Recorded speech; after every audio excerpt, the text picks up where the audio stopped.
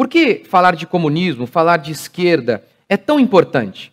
Ora, primeiro porque ela domina a cultura de nosso país. Porra, é muito eu adoro esse argumento do marxismo cultural, né? Que fala que a esquerda domina a cultura dos países. Porra, então a gente é muito ruim mesmo, né? Então os comunistas são muito ruins de política. Porque se a cultura comunista domina a sociedade, era pra gente ter tomado o poder há muito tempo. Se a cultura comunista domina a sociedade, pô, então é isso. Não tem mais machismo, não tem mais preconceito de classe, não tem mais racismo. Não tem mais nada disso. Tem mais nada disso. É verdade, não tem nada disso. Não é como se a gente tem aqui no Rio de Janeiro, por exemplo, um imigrante africano que foi espancado até a morte porque foi cobrar seu salário. Isso parece um problema de quem? Dos comunistas ou dos capitalistas? Que coisa, né? Realmente, a gente vive imerso. E aí, para ir pro papinho da cultura woke, não, é um passo.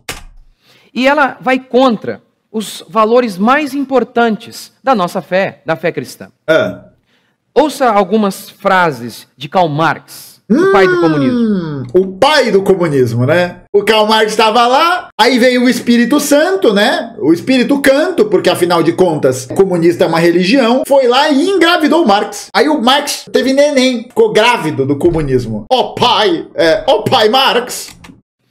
Os comunistas podem resumir suas teorias em uma sentença: a abolição da propriedade privada. Eu acho que ele vai meter o propriedade privada, tipo, teu sapato, né? O teu óculos riscado, né? É isso aí. O comunismo quer abolir as verdades eternas, abolir todas as religiões e toda a moralidade. Olha, não é bem isso não, tá? A questão central é que a gente sabe que a religião, ela é um conjunto de regras, de valores, de moralidade que existe dentro de um contexto social específico. E aí a gente sabe também que a religião, ela é um instrumento de crença pessoal em uma força metafísica que ajude a explicar as questões sociais ao nosso redor. O que significa dizer o seguinte, que a teoria do materialismo histórico, ela é necessariamente ateia, porque ela se prende em coisas da materialidade, das relações sociais, das relações econômicas, para poder explicar a sociedade, o mundo e coisas assim. O que não significa dizer que uma pessoa religiosa não possa ser comunista. Esse é um debate muito interessante, que inclusive o Lenin faz. O Lenin faz esse debate com uns textos muito interessantes sobre a religião, em que ele diz exatamente essa ideia, de que uma pessoa pode ser religiosa, ela pode ser cristã, no caráter pessoal. Mas, quando ela vai fazer todas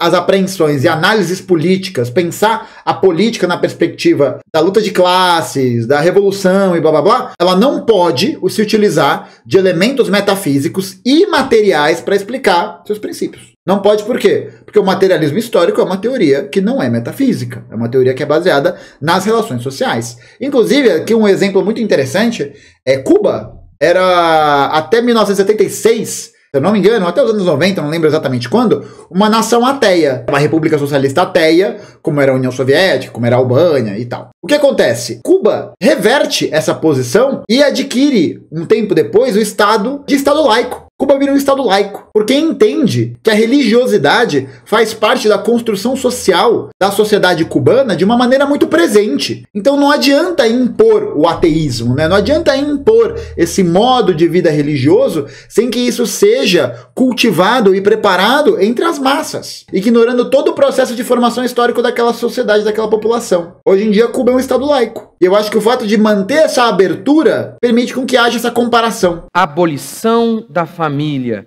mesmo os...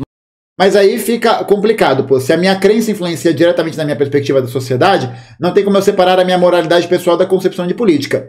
Tem. Isso é possível. Mas isso demanda amadurecimento político. Simplesmente.